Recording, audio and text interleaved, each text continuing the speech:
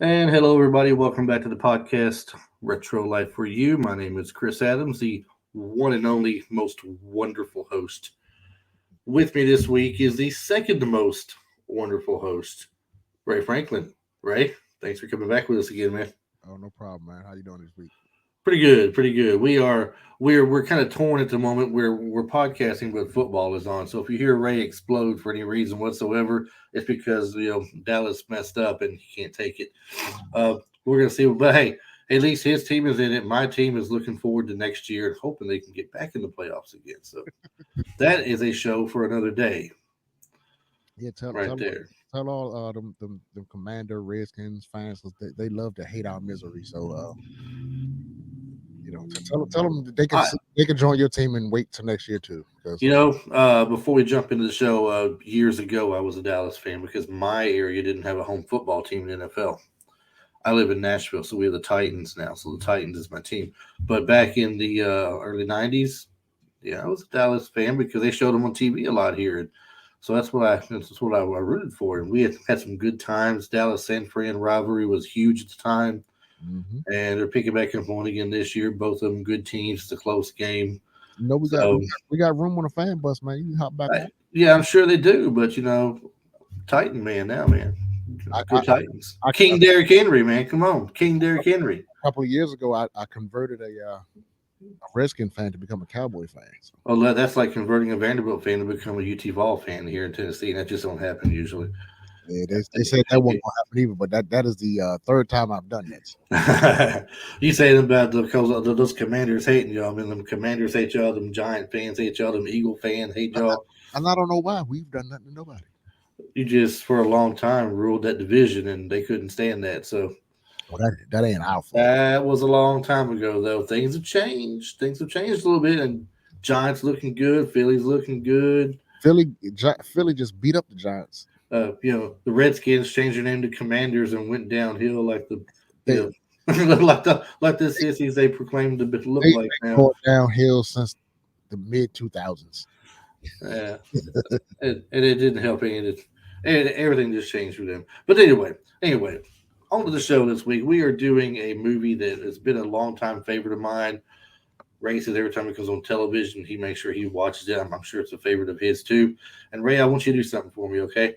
What's that? I get a request for you. I want you to be nice until I tell you not to be nice. Okay, all right. That's one of the rules. I'll try. That's one of the rules. All right. I'll try. I can't All make no right. promises, but I'll try. So we're talking about Roadhouse this week. In case anyone didn't pick that up, Patrick Swayze has this set of rules he goes by for bouncers, and being nice is one of them. Take the fight outside, never inside, Yeah. and above all else, be nice. Be nice. It's just a job. I remember when it came out when he said that, I'm like, be nice. Yeah. But but as an adult who's been in a few skirmishes, Mhm. I can see how being nice will throw some people off their game. Yeah, yeah, man. It's like the guy asked him, was calling my mom whatever. I can't say the name because we're a family show, But he's like, that's not bad. It's just two nouns put together to elicit a response. No. Oh man. Anyway, huge cast. Huge cast. It's from 1989. The Mhm. movie. In case anybody's wondering, we're talking 1989 here. Patrick Swayze plays the role of Dalton. Sam Elliott plays Wade Garrett. Kelly Lynch is playing Doc, uh, whose uncle is in town, played by Red West. Red West is playing. He's a real stretch for Red West. He's playing a character called Red Webster. So So Red is his real name. Red's his real name apparently. Oh, Ben Gazzara plays Brad Wesley. Now, there's only a few people I thought could play that role like he did. That he's just this genuine butt. I mean, a giant butt is what he is. Brad Wesley was a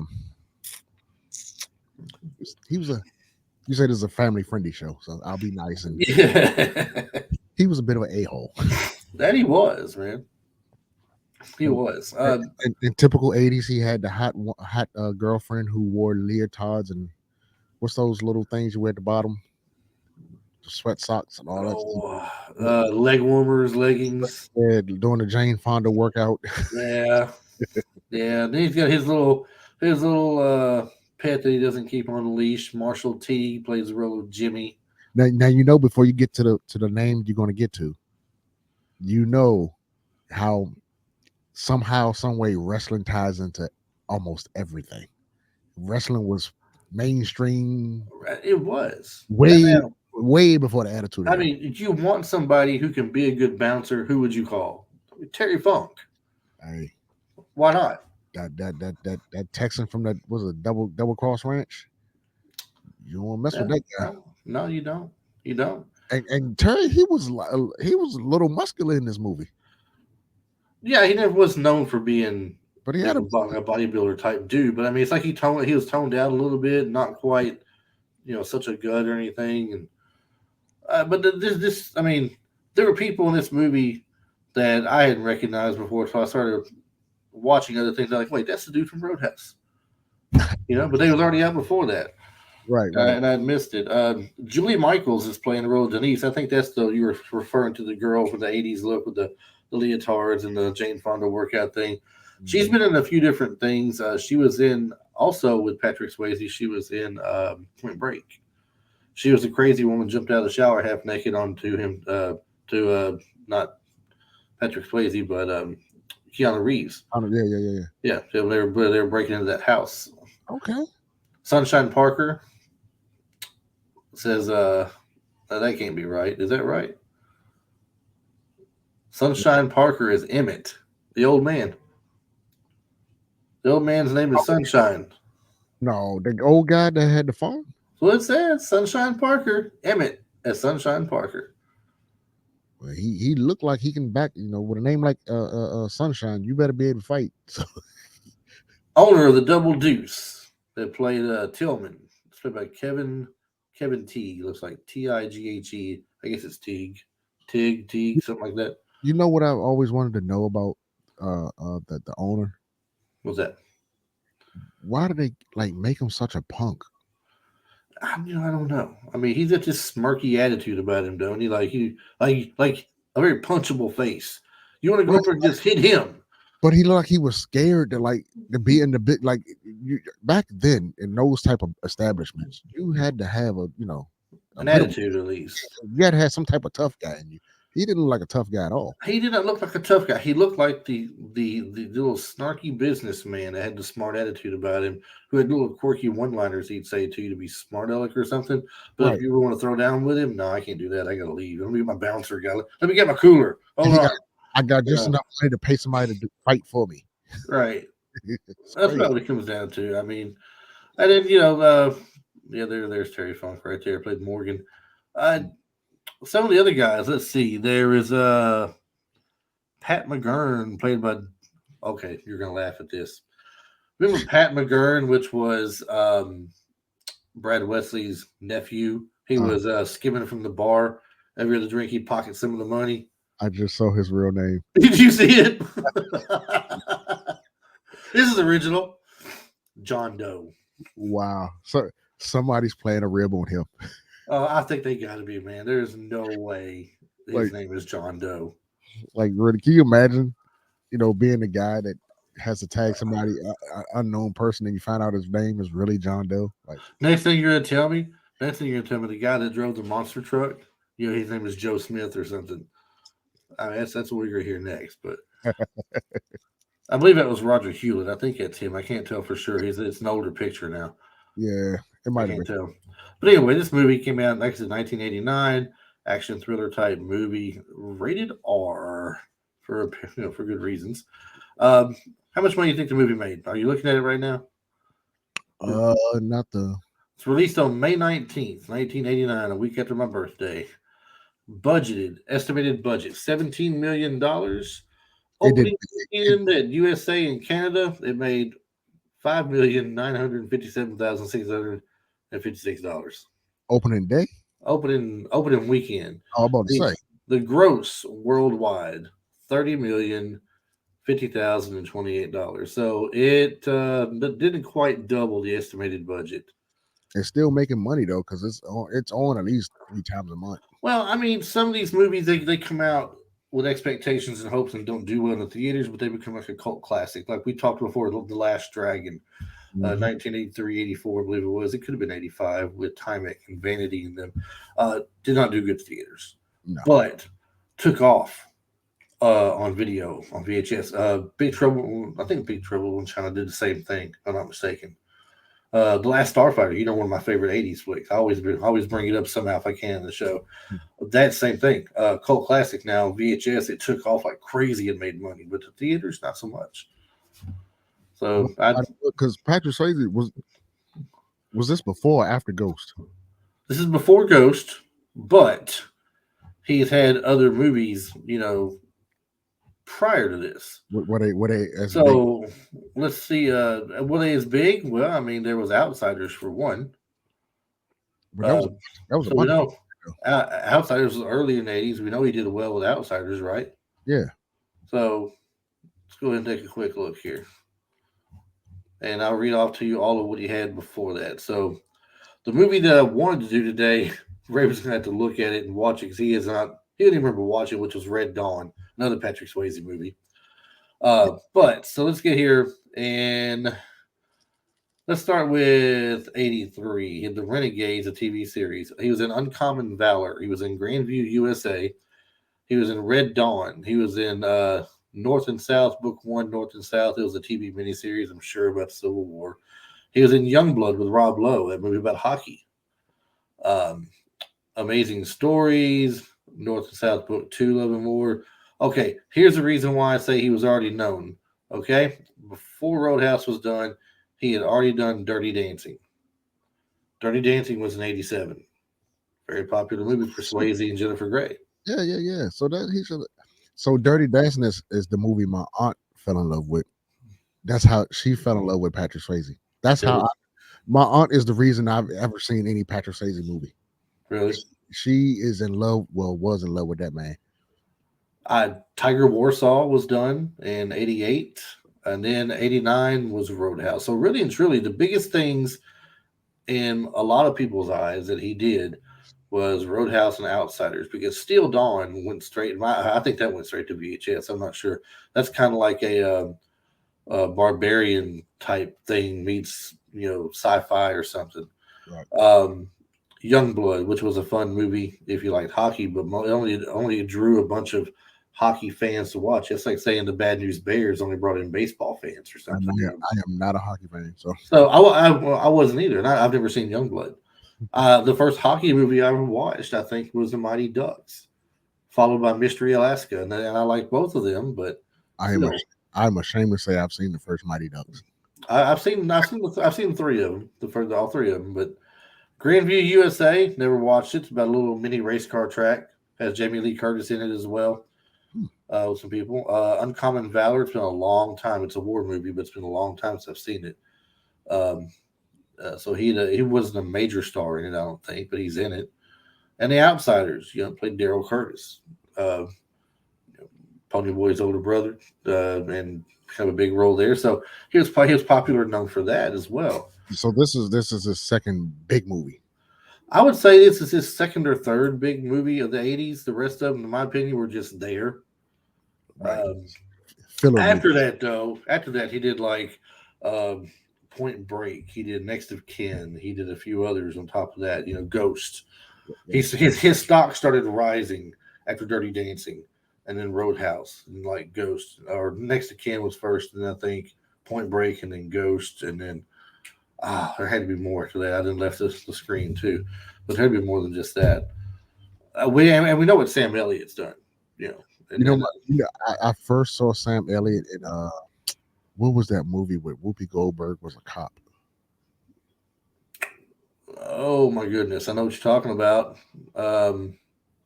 He was in that movie. And oddly enough, he looked the same.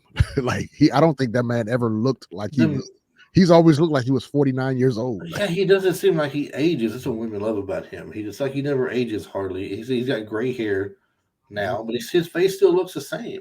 I have a cousin that looks dead like him. He's a dead ringer for him, I swear. Can he get away with actually pretending to be him? If he wanted to, he probably could. I mean, if he could get the voice down, he probably could. He's got the look.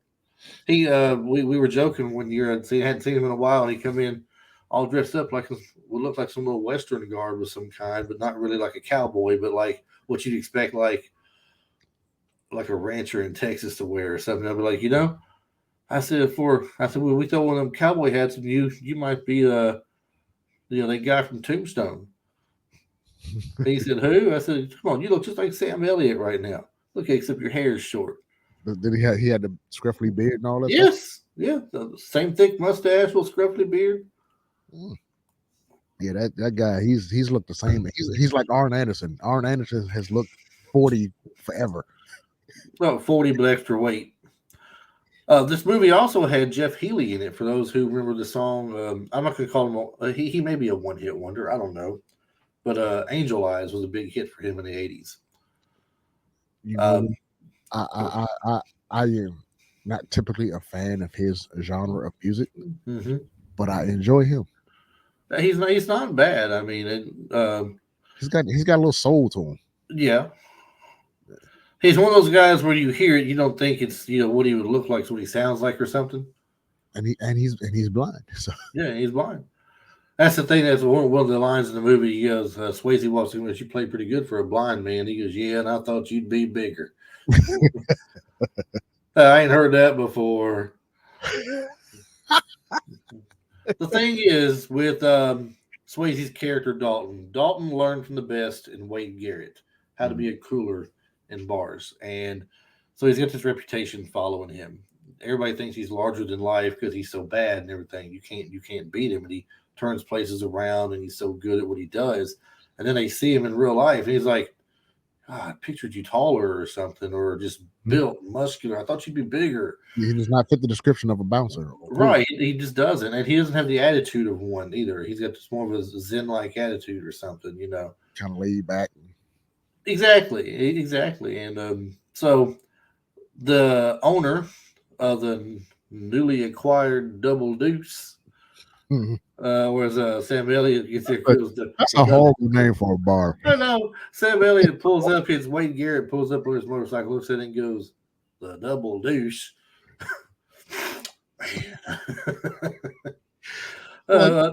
Tillman, the guy that bought the bar, though, he's at the place where Dalton's working. He's trying to offer him some money. Dalton's just got in a fight there. Someone wanted to challenge him. He got his arm cut open. He's stitching it up in a bathroom or something. And the guy makes him an offer that I guess he can't refuse because Swayze throws some crazy numbers at her to see if he'd take it, and he jumps on it. And he's like, wow, he's going to pay me that much money. Okay. He goes, all right, now I do things my way. What I say goes, and yada, yada, yada. And so the guy agrees to everything just to get him out there and get this place off the ground. It's a bad joint right now. It's a bad place when they get it fixed up, right? So he comes out there, and he's got like some of the worst. He goes there one night and stands up at the bar, watches what's going on. A fight ensues. Terry Funk starts to fight. Imagine that. Starts to fight inside. He didn't really start a fight, but I mean, he is breaking something up. But instead of breaking it up nicely, he starts to fight right there. I mean, Terry Funk didn't really have to stretch his acting chops to fit into this role. No, we did not. Did you? Have you ever seen him in anything else, Terry Funk?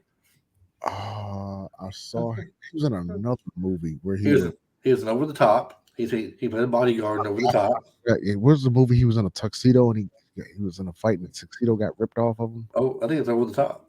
Was that Over the Top? I think so. He's a bodyguard for the guy who is the grandfather of those kids. Yeah. It's Robert Loggia. Yeah. So, well, I'm thinking of another movie. I think he was in a couple of different movies though. Wasn't he in a Roddy Piper movie? Right, not They Live. It was another movie Roddy Piper had done. Well, he was in Over the Top. He was in. I don't know. He did stunts in Rambo 3. Never mind. He wasn't in Rambo 3. Well, let's see.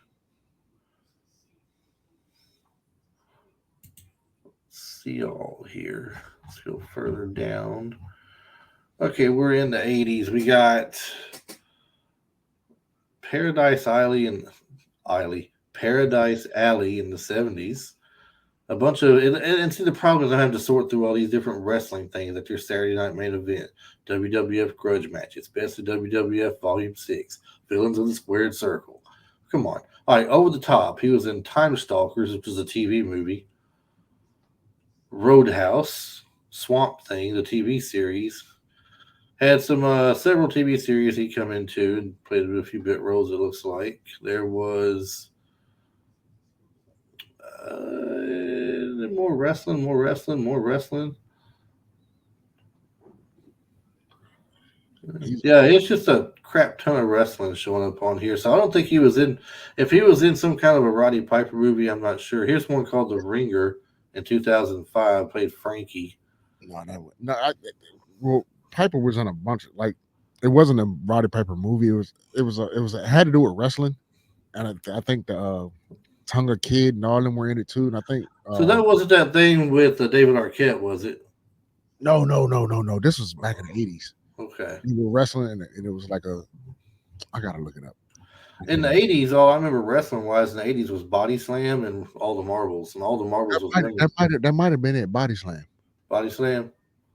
Yeah, I don't see it listed in here, even as an uncredited thing, but it doesn't mean that he wasn't in it. Yeah, he wasn't in he was like one of those guys. There was a bunch of different wrestlers in there. They a bunch of them probably didn't even get credit for it, but yeah. Like I said, did it have Dirk Benedict in it as well? Yeah. Playing a manager or somebody? Yeah. And that's Body Slam. Yeah. Okay. Swanee was in that. That's Body Slam. And then, like I said, there was a one called All the Marbles for Women Wrestling. Had Peter Falk in it, playing a manager of some girls. It was a girls' tag team. That was fun to watch. I've never seen it. I'd say it's the old 80s bit, man. It's one of the movies like you probably have never even heard of. Peter never Falk, see it. Peter Falk does not strike me as being anything I need to see. I am. And how is this for a director's name? Are you ready for this? Right. Director Rowdy Harrington. What a name. Born in 51, Pittsburgh, Pennsylvania. Other movies than Roadhouse, such as Striking Distance and Repo Man. Repo Man. That was a movie? Yep. I thought that was a bad job of wrestler. It was, but there's also a movie called Repo Man. Wow. He was in the Stick Up. Yeah, Repo Man, just so you know, had I think Emilio Estevez in it. I'm trying to see it. Yep. Harry Dean Stanton, Emilio Estevez, Tracy Walter. A young punk recruited by a car repossession agency finds himself in pursuit of a Chevy Malibu that's wanted for a $20,000 bounty. It has something otherworldly stashed in his trunk, though. So let's this Julie Michaels. Okay, full disclosure, right? We're all adult males. There we are. One of the main reasons I watched Roadhouse, outside of the fight scenes and just the good overall story of it, was her. Yeah, Julie Michaels. Yeah. It was her. It was something about her eyes, and trust me, I'm not a fan of the big. It was the 80s, so all the women had the big poof hair. Yeah, but for some reason it worked on her, and she did not. In as far as the character, she did not. She wasn't. She didn't let him know she was impressed by him. Clearly, she was, but right. She wanted him to be impressed by her. Oh yeah. I mean, this is Brad Wesley's lady. Now, Brad Wesley is very, very. What's the word here? He doesn't share. All right. Nah, he's not going to share. If this is his woman, he wants you to know it. Well, she's taking an interest in Dalton, and for her troubles of taking interest, she's got a black eye. It looks like when Dalton goes to meet with Wesley at his house and everything. A house which I'm sorry, I couldn't live in that house. No, that's too weird. All those animals, dude, I get it. You hunt, you kill animals in the woods. I get it, but do you have to mount every last one of them and put them in your house? You'd be like the guy that was afraid to go in the house. That was one of his bodyguards. Yeah. When the cops there at the end of it, that you see anything? He goes, "Polar bear fell on me." It wasn't a polar bear. Yeah, it's a polar bear. It says polar bear fell on me. I thought it was a brown bear that fell on, but well, if it was, I don't know if it was, but he called it a polar bear. Yeah, That's what he called it. None of his henchmen looked like they were Rhodes Scholars anyway. So No, the not by. one nephew, he was it no the one when they had when they all got their butt whipped by Dalton, and then Yeah. they'll go back and face him, and he punched the guy. Yeah, he said, no, he tells the first guy, he wants him to say they're sorry, right? Right. Yeah. He's waiting for an apology. And the first guy steps up, I'm sorry, boss. I'm sorry, it won't happen again. And I was like, yeah, boss, we're sorry. It won't happen again. He goes, thanks. I believe you, but I don't believe you.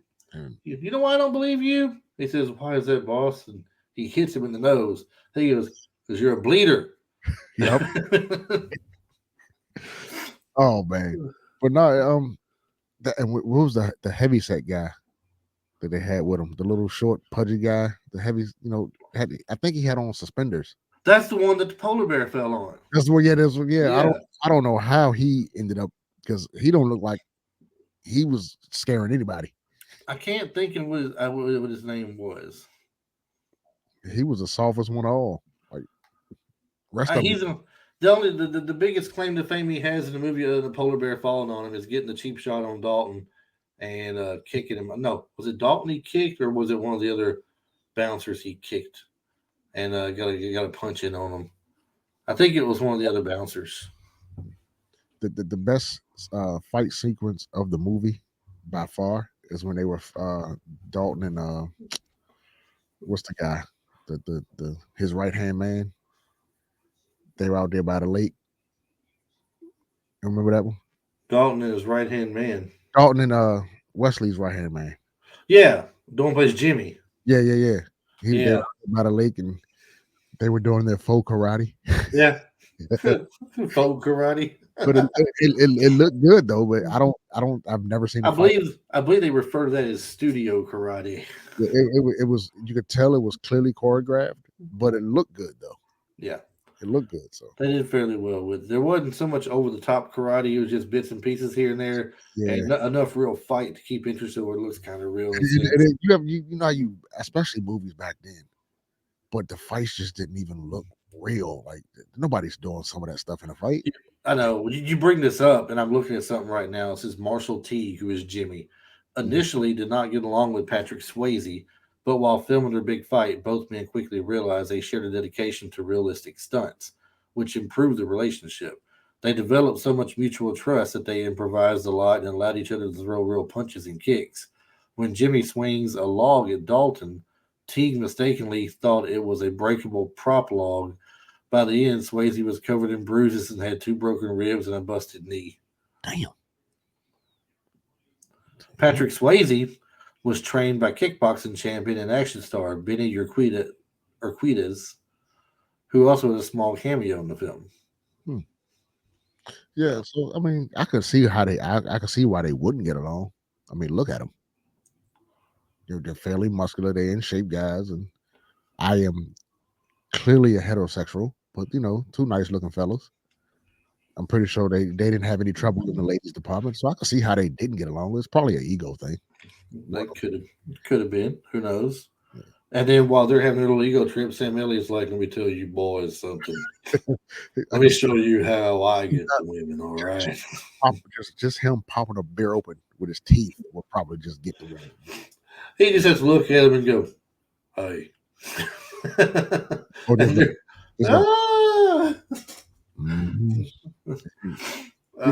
They hold on, my I just got a message. My son is getting sick. Let me answer this real quick. Real world people, real life. Real life. I am a dad.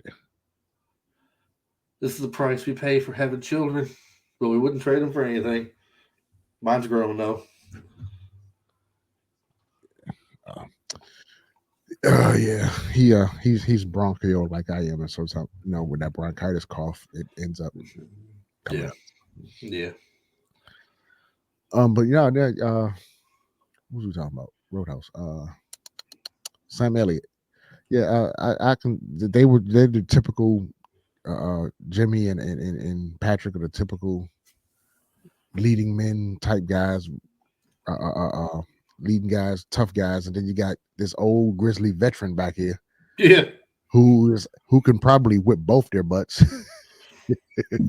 and probably can pull more women too. So You were talking about the fight. The initial time they meet in the bar when Wesley brings Jimmy with him to the bar, and he gets the girl to get up there and start dancing on the tabletop, to where she ends up going topless and covering herself with the hat, and mhm, Swayze going over to her and help reaching to her take her down. hand and helps her down, gets her to go on, brings her over and says, "If you're gonna have a pet, keep him on a leash."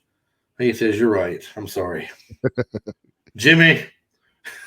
But she comes back out there and he starts doing stuff and grabs a pool cue and spins it around like he's a bad karate dude or something. Points at one of the bouncers and tells them all three of them to come at him. And Swayze's like, "Go ahead." So they get up there and he takes all three of them out. Then someone starts throwing a chair back there and breaks all the glasses and bottles behind the bar, and everything starts. So they're having their fight in there, and you see Jimmy call out Wade Garrett. He's like, "You!" He jumps up on stage or on the stage and jumps back down to take him on, and Mhm. he's doing fairly well. But Wade Garrett's holding his own with him, and Jimmy's about to get the better of him, and Dalton comes up and catches his leg and tosses him aside, and they start taking a fight. And then Wesley shoots the gun there and stops it all. Says, "No, this ain't gonna work. This ain't gonna work. Town ain't big enough for both of us. Somebody's got to go. We'll let you make that decision or something." The next thing you know, Brad Wesley is the whole thing with Brad Wesley is he's holding the town basically, and He's pulling and a mob. He's pulling a mob move. yeah, it's like a protection racket. Yeah, some money. He goes and he takes money from them, all the businesses every week, takes a cut of their business every week. Dalton recognizes it up front. Doesn't really do anything about it, but he recognizes it Mhm. from Red in his hardware store. And Who Red was the most nonchalant guy about the whole situation. right, he's like, "Did you get 'Cause he robbed?" He goes, "Every week." he goes in the store and you think they're gonna find Red laid up in the back behind the shelves or something like that. And he just comes out with a mop bucket. Like, Yeah, I just got a mop bowl. So I'll be all right. every week. Yeah. Then you got the guy with the car lot. Red's business gets burnt to the ground. He's Mhm. mad. Car lot guy like, "Don't you have insurance?" Because they're all standing up to Brad Wesley, and this is Wesley getting back. So the next day or the day, a few days later, they come with a monster truck. They start running over the guys' cars, and Brad's Right? looking at him like, "Look, don't you have insurance?" You Didn't know, they, didn't they drive that truck through the window? I think they did, but they drove it over a line of cars too Oh, that was yeah. out there. Drove right through the showroom window. Yeah, That's the job on the movies that I want. the stunts, driving the cars and stuff. Just let me crash a bunch of cars. And other people's cars, not mine. Don't crash my car. Well, well, that would be kind of cool though. But Mm. the whole thing about Wesley taking over the town is you got finally Dalton's wanting to do something about it. He don't want to sit there and watch it go by. And the reason is for it is the woman, Doc. That she goes there and she stitches him up one night, takes care of him, compliments his work on past things he's done, and Can I they get a drink and everything. can I just tell you, anybody that travels with their medical files, that Yes, they get into a lot of fights. yeah. Say that he's just expected. They're It's a gonna they're part. gonna they're gonna need this file here. Here's the last time I've been stitched up, Doc. There you go. It's a part of the job. It's okay. I don't like it, but okay. So, but so he quickly finds out uh, from the guy, Jeff Healy, whoever he plays in the movie, the musician, the band, the guy there. Word on the street is she used to date Brad Wesley. And sure enough, that was how that was the big thing between the two of them. Wesley didn't like Dalton being close to her. He didn't like the fact she used to be with Wesley. He finds out about it. I guess he confronts her. I don't remember this part for sure, but I know for sure that they have a few words about it. See, Um, that's the bad part about these old movies. If you don't have them on VHS and you watch yeah, them on TV, the commercial breaks kind of cut out some scenes. and yeah, they do. It changes just a little bit sometimes, just enough to where it throws you off some. Wade Garrett's trying to get him to go ahead. Just said, "Look, kid, let's just toss it in. It's like Memphis all over again. Toss it in. Let's go. Let's get out of this place. We'll hit the next joint right down the road like we always do. Everything's gonna be just fine." And he's telling him, "You want to leave, you go, but leave me alone. I'm not leaving this place like it is. Whatever he's decided, this is his place. He wants to be. he's making his stand, I guess, and he likes this woman.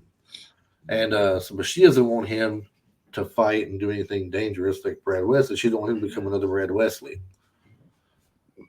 So it comes down to a confrontation ultimately.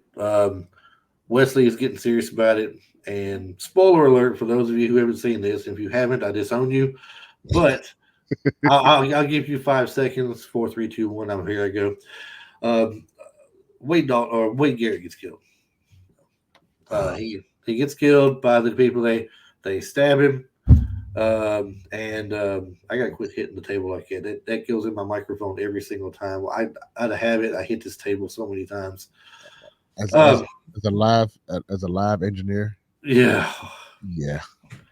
Habit, man, bad habit. When I'm going back, guys, and I'm editing these things, I will be talking. I hear boom, boom. I'm like, oh, me hitting that desk. Okay. I had that basically when me and Kevin did the podcast. I basically made him sit on his hands because Kevin fidgets a lot. Yeah. So he would be sitting there just messing with the mic stand. I'm like, dude, I could hear all of that in my ears. Like, yes, stop. I can imagine what people listening to this show could hear. Oh well, it makes extra work for me. If I'm able to edit it out, I edit it out. Right. And luckily, a lot of the times I'm able to edit it out. But it puts a lot more work for me because I have to go back and listen for the exact point of where it happens, and then really stretch the audio out to get it just right, but not cut off what I'm saying at the same time. And sometimes I'm not fortunate enough. I'm doing it as I'm speaking, and it's just over some of the words, and I got to leave it. Yeah. But sorry. But you got to get you one of these mic stands that I can hit this desk all day long. You'll never hit on my mic stand. Oh, I'm about to put some investment in. As I told you earlier, my house finally sold. I'm thrilled about that. I'm getting probably a new mic again with a better stand, or maybe I'll keep the mic but get a better stand for it. I'm getting me I'm getting an actual mixing board, not the crap I had on the computer. I stopped using that too, by the way, 2 months ago, because I realized it wasn't doing anything for me. No, it's just it wasn't. Some stuff just I found out the hard way. You just don't need. It looks good in the picture. Yeah. You look at every people's setup, and you realize I don't know. But it wasn't doing any good for me. The thing I told you what I'm looking at getting. It actually will be like a one-man production studio thing for me to help me out with editing and sounds and stuff like that. It's gonna be something I'm into. But another story, another day. We talk about equipment and stuff. I don't have it yet, so I can't talk a lot about it since I don't have it. That could become an expensive conversation. It can be, and I'm hoping not to go that far down the road with it. But since Wade gets killed, Dalton said this is it. He's going to Wesley's place. We ain't having this. So he goes there. He knows who the knife belongs to. He's seen it before. And the note said something like we flipped heads or tails, looked like he lost or something. And it was on tails, I think it was, or maybe it was on the heads. Either way it goes, when he confronts the guy that did it there, the guy pulls the knife out. Dalton kicks it out of his hand. It flies up in the air. He gets the guy by the throat, catches a knife, and jams it in him and goes, tails again. Then twists it on him. It kills him. As much of a badass as Patrick Swayze is, that was movie magic. Right. It was. And you got to get the great one-liner in. All of them back then had the great one-liners. Whether it was Arnold, like "stick around," or But this movie was full of one-liners, though. I mean, I don't know if I'd say Roadhouse was full of one-liners. What do you think about it? I mean, I don't know. Give me some more examples. In case I have forgotten, give me some more examples. I think the movie was written in one-liners, bro. Like you could literally take the script and look at it and take a one-liner from every scene.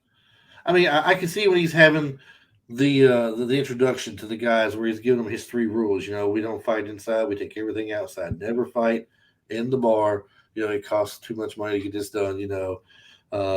Never do this or whatever. And then lastly, it was be nice. They're like, come on, be nice. And then he's making little smart comments about those. Like when Terry Funk says, what am I supposed to do now? He's like, there's always barber college. when they were fighting out back with the delivery, and he Yeah. went and beat them all up. Yeah. And the one guy came out there ready to fight, and there was no fight left. Yeah. It already beat him up. Yeah. I forgot exactly what he said, but that was another one liner right there. When he came out and found the knife in his wheel. When she brought him back when they had the date, and she brought him back to his car. Yeah. Another one liner. Okay, but he had the cool one liner though. Then. Oh yeah. You know, when he's like tails again, because it's like directed directly at the person or whatever to be at that moment, in a tense moment like a fight or something. That's like when you think of '80s action one-liners, you only really think of Stallone, you think of Schwarzenegger, you think of you don't even think much of Chuck Norris. I don't think he had a lot of funny one-liners or anything. I didn't talking a lot of him. I, He didn't have much verbiage in a lot of his. No, not really. Not so much like that. I mean, when I say one-liners, I don't. They weren't like memorable. Like you don't know the movie because of the one-liners. yeah. But like I said, if you go back and watch it, the DVD version or VHS version, not the TV version, Yeah. they don't cut a lot of stuff out. Just go back and watch it. And almost at the end of every scene or in every scene, there's a one-liner in there. You could pretty much take and define your own definition of one-liner too. For example, in Rambo First Blood Part 2, when Rambo is gripping the mic when he's being held as a POW, he tells Murdoch, he gets Murdoch on the radio and says, "Murdoch, I'm coming to get you," and that's it. That's it. That's it. That can be considered a one-liner, but it's not a funny, memorable, unnecessary one-liner. Unnecessary one-liners is Schwarzenegger holding the guy over the cliff, Sully in Commando, and he's like, "Hey, Sully, do you remember when I told you I was going to kill you last?" And he's like, "Yeah, you did. He goes, "I lied," and he lets him go. And he goes back to the car, and the girl goes, "What'd you do with Sully?" He goes, "I let him go." I love that movie. I do too, but I mean that's what I'm talking about as far as the one-liners go, that kind of thing. A lot of okay, so maybe one liner wasn't good. He had a lot of quotes. Quotes. There you go. Quotes in the movie, but they weren't like I said. You won't define like if I went and gave her a random one line out of Roadhouse, you won't know. Oh, that's Roadhouse. Right. Not all of them, at least. Yeah. The main ones that stand out were I thought you'd be bigger. Mm-hmm. You played pretty good for a blind boy. Well, I thought you'd be bigger. Or when he says tails again. Mm-hmm. There's like the one more where he's like, "Darn it, Dalton, what am I supposed to do?" And he goes, "Well, there's always Bible college." Or the guy that he catches stealing having relations with the girl in the storage room. He goes, "Sorry, whatever his name is, so and so, you're out of here." He goes, "But I'm on my break." He goes, "Stay on it." Yeah, or the one he caught when he caught the guy stealing out of the register or skimming off the top, and he told him something about when he you can't do this or something like that. He said, "I just did." Yeah, just, like I said, one-liners not so much like you would remember. Like they're not in your brain. Like, oh, that's from Roadhouse. But he had a lot of quotes in this movie. Like, yeah. Well, then, needless to say, this is a guy movie. I think for the most part, we love it because of the action in it, the thought behind. Of course, it's a bar like scene. Guys like the big bar hangout areas where their buddies can go have a good time and everything. This is what this represents: a big bar where people can go have a good time and enjoy things. Live music, there's dancing and everything. There's women gonna be there. Guys are all into it. You get the tough guy bouncers, the like you said, the grizzly veteran guy who's the best that there ever was. We're not going to say the best there will or ever will be. We ain't going all the way through that. But, you got Wade Garrett who's taught the other guy how to do all this. And it's like it makes you want to be Dalton in a way when you watch it. You want to be Dalton. It was a cool movie. Like, exactly. A cool character, cool movie. You even wanted to be him or be like him. Right, exactly. Exactly. It was a good movie. It was a simple story. You didn't have to, dig deep and think too hard about what the story was. And that's the epitome of a good action star or a good action character from that time frame, from the 80s and 90s, because the women wanted them and the guys wanted to be them or be just like them. Mm-hmm. we've been making wrestling references off and on throughout this episode, so I'm gonna throw one more out there. Growing up Tennessee, watching Memphis wrestling, they had Steve Keirn and Stan Lane, which is the Fabulous Ones. Mm-hmm. Fabulous Ones were made fun of so hard because Jerry Jarrett wanted to get them in a position to where they would drive the women crazy, but it made them look a little questionable with their sexuality, maybe. With the bow ties and They get bow ties and real skimpy. What do you call those little speedos? Mm-hmm. I call them the ducktail suit jackets with the. But before that though, just the speedos and a little bow tie, and he'd have them in a video where they got like a bubble bath going on, not together, mind you, but in separate bubble baths or something, and with wine in their glasses, and the women are supposed to go crazy over them, right? But at the same time, they beat the crap out of everybody. They were tough. Mm-hmm. So in that area, growing up watching them wrestle, the women wanted them. The guys wanted to be like them. Mm-hmm. Because they were getting the women and they were tough as nails, So there's another good reference for wrestling thrown in since Terry Funk's a part of this and everything. And just like we look at Sam Elliott, like he doesn't look like a quote unquote sex symbol, but damn if every woman didn't want him. I don't know. The women, it's like I didn't understand much of it, I guess because we're not looking at it from the women's perspective, obviously, but it's just like Conway Twitty, an old country western singer. I thought that man was ugly as sin, but the women loved him. Hello, darling. That's what got him. I'm like, I said good morning to you this morning. You cussed me out. Right. This ugly dog says hello, darling. He says, hello, darling. I love your tight fitting jeans. Yeah, he says it. I said you cussed me out. He says it. You throw your drawers at him. Like, I don't understand. What am I missing? I don't know. I never understood the mystery. Oh my gosh. We're gonna have some people laughing at us at this point. Did you know that Patrick Swayze sustained an injury during filming? Patrick Swayze turned down the roles of Gabriel Cash in Tango and Cash and Mike Harrigan in Predator 2. One of them was because of his injury he sustained. Nothing against Patrick, but thank God, because I can't see Tango and Cash with Patrick Swayze. But see, we say that because we got what we've already had, and we know what it's like with Kurt Russell. I'm with you. I think Kurt Russell nailed that role. I don't think Patrick Swayze has the chops to go out there and be snarky and sarcastic like Kurt Russell, but still be tough. Right, that wasn't his thing. No, I don't think he could pull that off. It says that's in 1989. It says he chose to make Ghost in 90 as his follow-up instead. A little less physical, strenuous role, obviously, and the knee injury ended up being a blessing in disguise. It says as Ghost ended up being a big hit and received critical acclaim. Tango and Cash was a box office flop, as was Roadhouse technically, but he would have done back-to-back box office flops if he had taken it. It may have been a box office flop, but HBO loved it because it was all over HBO. Oh, everything. It's been, like we said, it's been loved ever since then and all these things. Here it is again, approached to play a star in Predator 2, unable to because of his injury. I like going through these facts here that I see to see if there's anything neat that stands out. But you mentioned earlier, but them driving to the window, the monster truck that drives to the Ford dealership in Bigfoot is a Bigfoot 7.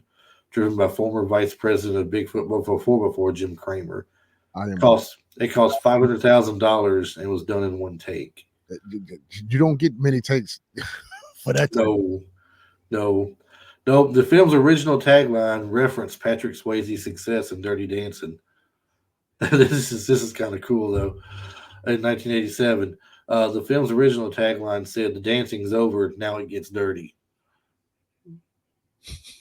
That was corny. It's corny, but it's kind of cool though. Reference to his big thing there. Cool for 87. Corny as hell for 2023. Oh yeah, that's what 80s, man. Look, what does Travis always say? Everybody likes that 80s cheese, man. They like that 80s cheese. There's something about them 80s, man. It was weird, but you loved it. Man. Let's see here. Because I'm pretty sure this movie's going to come on in the next 3 weeks on some channel on TV. I'm pretty sure it comes on at least once a month. I know. So I want to watch it with a different eye now because we sat here and talked. Like I've never really sat around and talked to anybody about Roadhouse. It was just Uh-huh. it was just a movie. Have you seen it? Yeah. Did you see that part? Yeah. And you move on. But Roadhouse is one of those movies that was talked about a lot amongst guys, though, because pretty much every guy out there that you grew up around has seen Roadhouse, Yeah, like I said, and it becomes a talking point between you that you can really get on. Because if I had just met you and we're talking about things, and suddenly Roadhouse comes up, that conversation would have taken off a lot faster at that point, probably. but I was what 10 when this came out. So and I was probably about 11 or 12 when I actually saw it because I didn't see it in the movie theater. I saw it on cable like everybody else. Um, but yeah, we grew up at that time. At that time in our life, we talked about stuff, and then, from like wrestling and action movies or whatever, we would talk about it. Hey, did you see it? And then we immediately started doing parts of the fight scenes and stuff like that. Did you see that? Right. And then we tried to go outside and do it. That's what we did. We was like, oh, yeah, we thought we knew karate because we watched movies like Roadhouse and The Best of the Best, and we watched Stallone throw some punches. We just thought every fight scene was karate. We didn't know what we know now, but if you fought in a movie, karate. Oh yeah, that's it. So that's it. We didn't know with different forms. We didn't know about jiu-jitsu and Krav Maga and all that stuff. If you threw a kick or a punch, karate. Dude, I used to tell people all the time as a joke. I'd be like, don't mess with me, man. I know Aikido, I know Taekwondo, and I know Nintendo. But, up, down, left, right, left, BA start. Ooh. My cousin had one. He said, I know karate and I know papawe. I'm real good at papawe. Who's the person that said someone's like, I know karate, and the other one goes, I know Smith and Wesson? That's from a movie, I think. Was that a Dirty Harry movie? It might have been. I don't know, but I remember it though. What's his name? Charles Bronson? Was it one of those? I wish I could remember. I just can't remember. It may have been. It may have been one of the Death Wish movies. Charles Bronson. It may have been that. And it might not have been Smith and Wesson. It might have been another name brand. But I mean, hold the face to somebody though. Yeah, like, I know this. I know Smith and Wesson. Yeah, fight over. You won. The guy that plays Jimmy. Where'd he go here? Well, first off, we'll say this. I'll go back to Jimmy. It's a toss-up. It says who used more hairspray in the movie, Patrick Swayze or Kelly Lynch. Patrick Swayze would joke about that. He goes, that hair turned into the bane of my existence. Because they're like, he had the perfect mullet, they would say. Perfect mullet. I think they were all using a bit too much hairspray back then. They could have been. The guy that plays Jimmy in the fight at the end of the movie, he tells Dalton, he goes, I used to F guys like you in prison. Remember that? Or did you not see that on TV? I remember it. You look like you're suddenly remembering and laughing because you forgot about it. Yeah, I forgot it. Then I remembered it. I'm like, oh yeah. He tells him, "I used to F guys like you in prison." When that happened at the debut of the movie, his mom jumped up and goes, "That's my boy." Okay, Mom. Could you pick the better part of the movie? You got to be proud of your child for something. I don't know. I mean, come on. How about the bar fight? That would have been better. Yeah, you jump up and do that when I'm kicking somebody's butt. Not when I say something like that. The film is listed among the 100 most enjoyably bad movies ever made in the Golden Raspberry Award founder John Wilson's book, The Official Razzie Movie Guide. I don't think this was a bad movie. I don't either. What are they basing that on? I don't know. Both Patrick Swayze and Ben Gazzara, though. That's Dalton and Brad Wesley. Both of them died of pancreatic cancer. Swayze in 2009, Gazzara in 2012. That was. I don't know. That was one of those. I don't really take entertainment deaths. Well, let me take that back. Not entertainment, movie star. Because a lot of my favorite stars are still alive. But for some reason I was like, man, that was a sad day. And I think, like I said, I know who Patrick Swayze is because my aunt had a major crush on him. Like, yeah, like everything was practiced like that. So she, oddly enough, she didn't have a crush on Michael P.S. Hayes. Yep. She just enjoyed that when he said when he walk, he make his jeans talk. So she took that and applied it to Patrick Swayze. And she would always say, like, yeah, I like the way he make his jeans talk. I like to get I'm like, first of all, Auntie, I don't need to hear this. I don't need to hear this at all. First of all, let's get that point. Second of all, yeah, I don't think you're ever gonna meet Patrick ever. So let's just calm down. But no, I think because she was so into, like, she wouldn't know all his stuff. Because she was so into it, and she was one of my, well, I say was, like, she's passed away, she's still alive.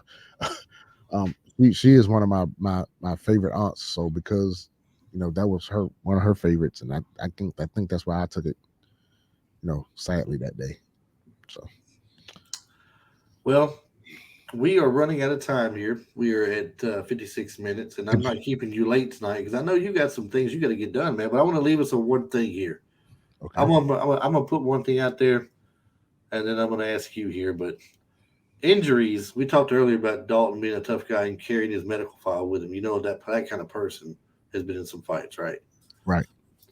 Injuries that Dalton had sustained were 2 gunshot wounds, 4 stainless steel screws, 9 knife wounds, and 31 broken bones. Who shot him? When did he get shot? Well, I believe one of the shots was in that Memphis place where that woman he didn't know was married that he was seeing. I think that got brought up. The guy pulled a gun on him, it said.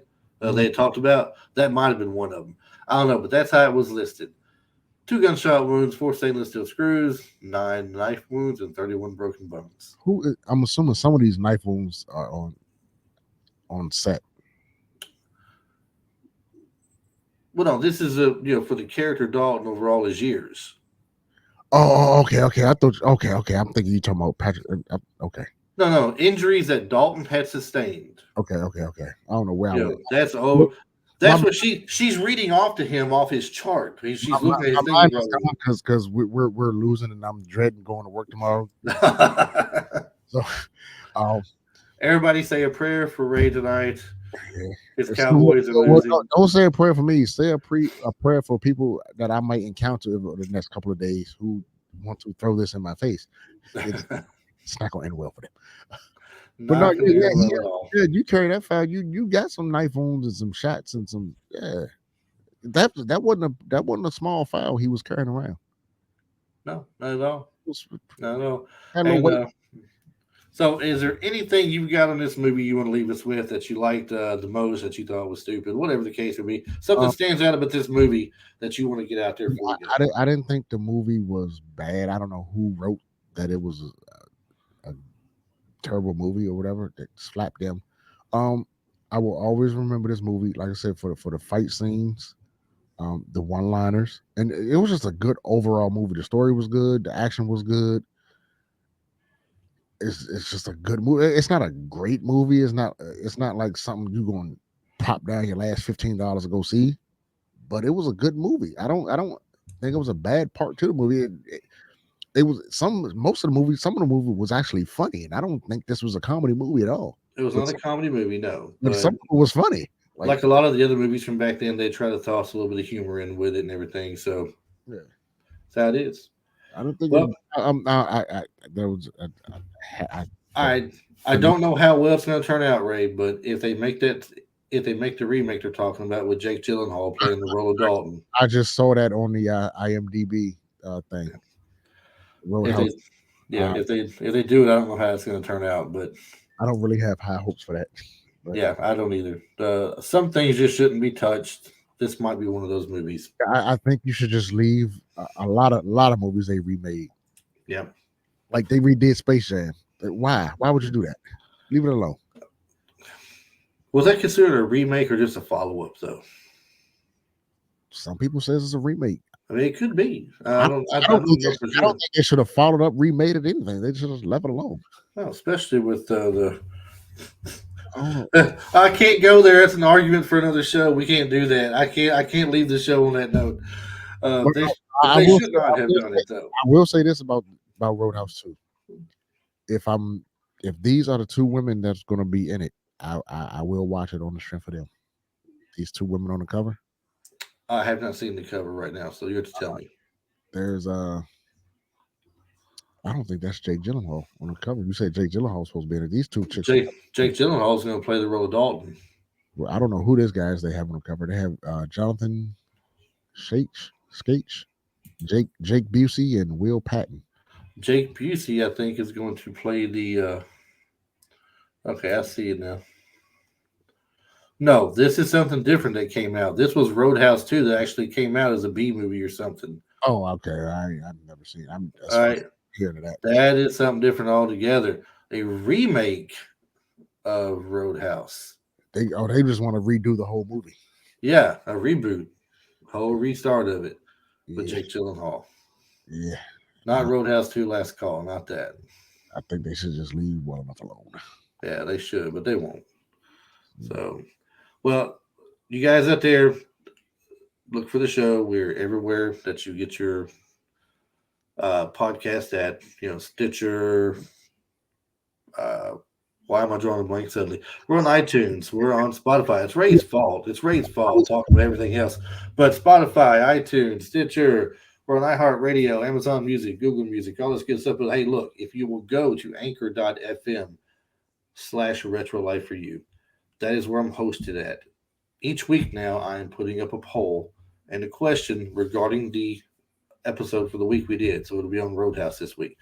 I would really love it if you'd go there, participate in the poll, answer the question. It's going to be something simple or stupid, like what was your favorite character? Or what would you do if you were a bouncer? I don't know. I think I'll put something out there. But I mean, I hit the table again. If I were a bouncer, I would close the deal on that chick. Would you be nice? Is the question. Would you be nice when it's time to be nice? I could. But if you go there, you can check that out. There's also a button if you want to help support the podcast. You can support the podcast in any way you want to at that point.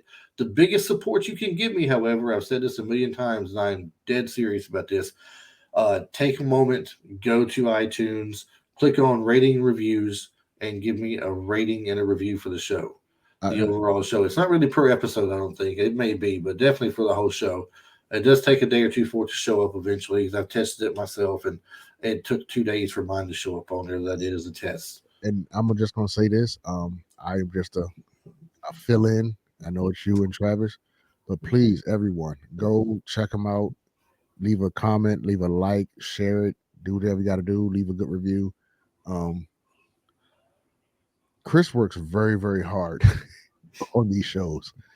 And as a person who does a podcast of my own, I get it how it can be frustrating sometimes, and you do this and you do that, and you got to make sure everything syncs up in time and lines up and all that stuff. The dedication Chris puts into this, unmatched. So and it's a good show. I enjoy it when I go back and listen, and some of the stuff I've never seen. They talk about. I'm not a sci-fi guy, so I listen to them, but I don't. I have no point of reference of what they're talking about. But it's entertaining, and I know Chris and I know Travis, and those are two good guys. So yeah. Now, if I could just get Travis to come on more, hey, as it's been this year, Travis does come back when he can. But I've had a lot of great people help out. Tim Williams has helped out a lot. Cody Tucker's helped out quite a few times. That was great. If you have a topic that I'm versed in, like Roadhouse, I've seen Roadhouse so many. Actually, right here soon, I told you I'm gonna be doing some. I don't want to call it behind the scenes stuff, but I'm gonna have a lot of things that are not a part of the podcast. Okay, it's gonna be in a separate area. It's going to be things about music, TV shows, toys, whatever from that time frame we like to talk about. I know Ray knows a lot about it as well. And I'm going to get you to help out with quite a few of those when you got time. And these aren't really long things. These are like 15-minute videos and things of that nature. So, I mean, it's going to be fun and something you're knowledgeable about. So we'll have some more stuff with Ray out there in the future for sure. No problem. Happy to help, man. I appreciate it having me on. And like I say, everybody give them a listen, give them a try. If you never tried it, just this is the first time you click on, go back, watch some past stuff. You see what I'm talking about, man. Knowledgeable guys, entertaining, fun, and they know what they're talking about. So Definitely appreciate it. Check is in the mail, by the way. Thanks very much. make Great sure stuff. the correct amount of zeros on it. All right, we're gonna go. We'll see you guys next week. Thanks for listening, guys. Have a good one. Have a good one.